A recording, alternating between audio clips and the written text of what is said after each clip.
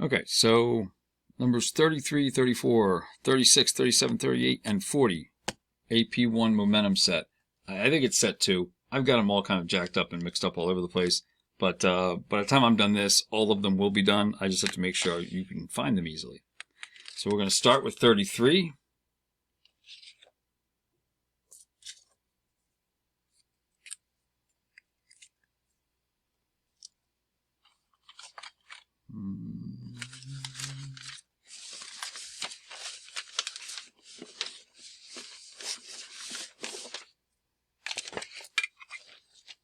Yeah, no idea what my cards are. That's alright.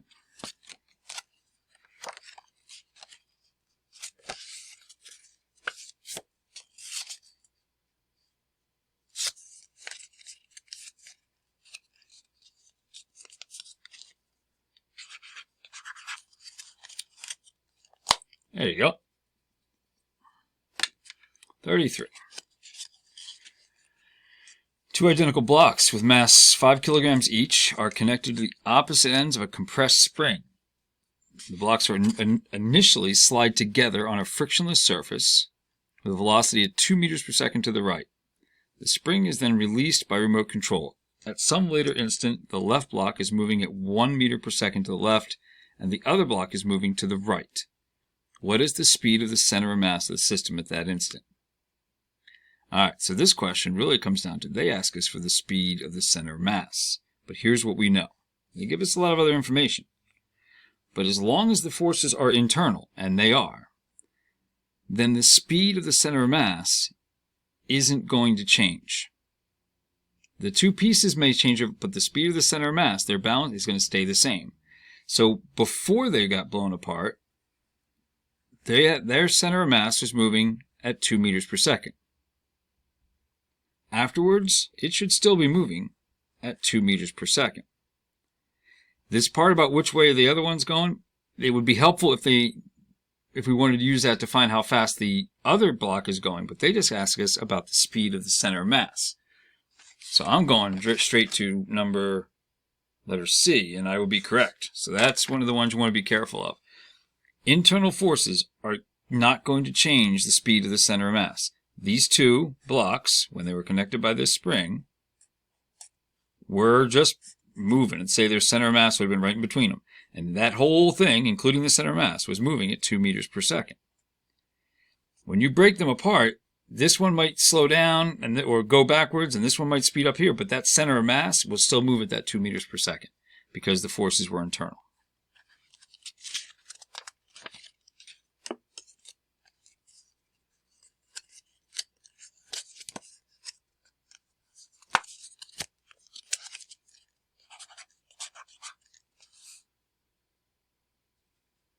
(34) Two objects, A and B, initially at rest, are exploded apart by the release of a coiled spring that is compressed between them. As they move apart, the velocity of object A is this, and the velocity of object B is that. The ratio of the mass of object A to the mass of object B is, okay, so the spring's only going to push them in one direction. So if they have object A and object B, horizontal spring, if one of them is launched, let's see, A, so I've officially made B is negative, so this way is negative and this way is positive. There you go. So if this guy's momentum is MA times 5 after, and this one's momentum is MB times negative 2, what I know is those two momenta have to add up to 0 because it was initially at rest before the spring went out, and so the forces were internal. So that means 5MA has to equal negative 2MB, and I'm not so sure that the negative makes a difference in this case. They want the ratio of A over B, so I'm going to divide both sides by B, 5MA over MB equals, I'll keep the negative for now. I don't think the negative is going to make a difference if you look at your answers. And then I'm going to divide by 5 so that the ratio of MA to MB should be 2/5.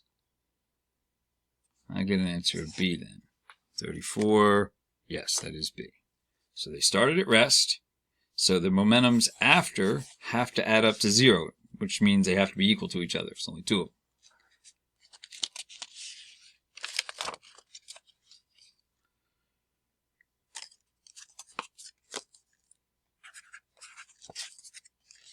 "36.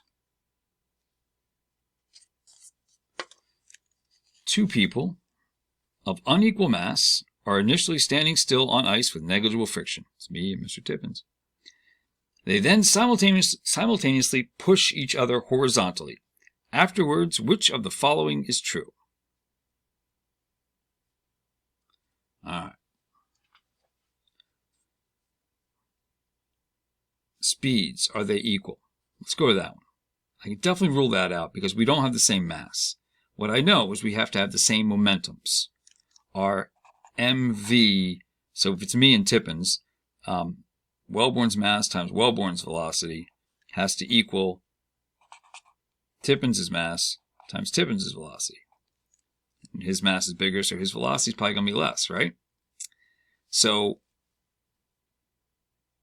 their speeds are not going to be the same unless their masses were.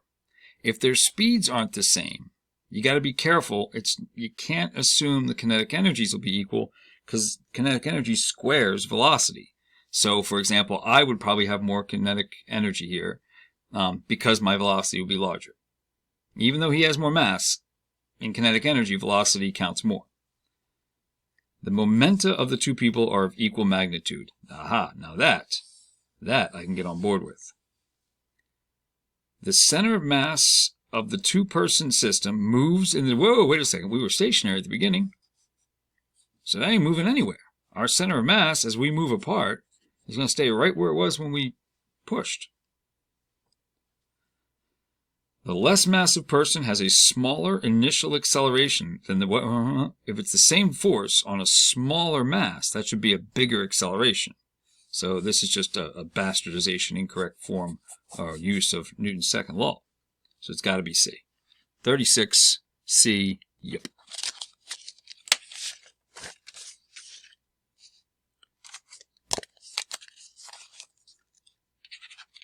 "37.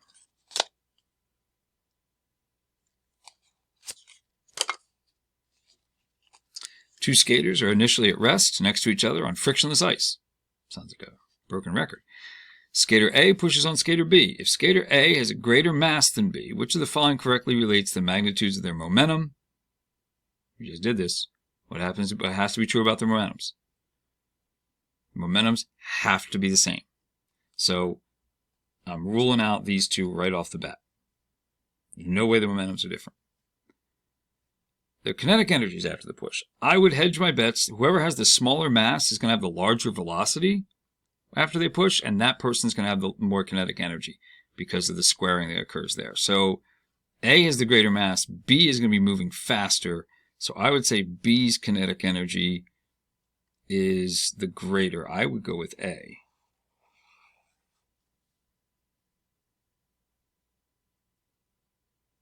So they're going to have the same momentum, but since MA has a bigger mass, it's going to have a smaller velocity. B has a smaller mass, it's going to have a larger velocity. But their momentums are going to be equal. But when you plug this stuff into the kinetic energy formula, even though the masses are bigger, squaring takes over, and whoever has the bigger velocity is probably going to have the larger kinetic energy. So that's why I would go with A. 37 is in fact A.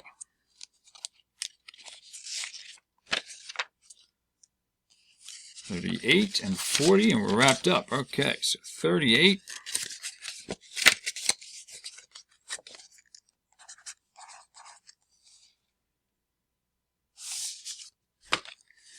Which of the following is a true statement about the conservation of linear momentum? It is conserved only when no net external force acts on the system under consideration. I'll keep that one in my back pocket. It is conserved only when the center of mass of a system is at rest. Now, we know that's not true. We've just looked at problems where things are moving. So that's, okay, no, I know that's not true. It is conserved only in collisions between macroscopic objects. No, that's, like molecules and so forth, they still, if two atoms hit each other, it's still conserved. In fact, momentum's conserved all the way down to like subatomic particles, so no.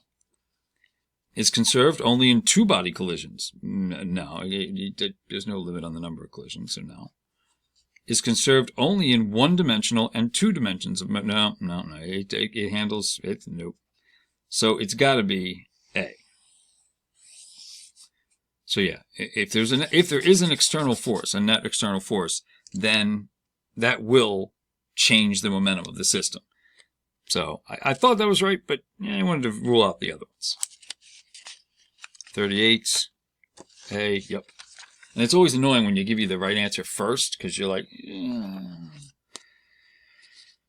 which of the following is true of the conservation of momentum and kinetic energy? Well, what I know about it before I even look at this, and what you should be able to, is the only time both are conserved is in an elastic collision, a truly perfectly elastic collision. So let's see. Momentum is always conserved, but kinetic energy only when it's in elastic collisions. So momentum is conserved only in elastic collisions. That's not true. It's conserved all the time. Momentum is conserved only in inelastic. No, it's conserved in both. Kinetic energy is conserved only in elastic collisions. Ooh, I like that.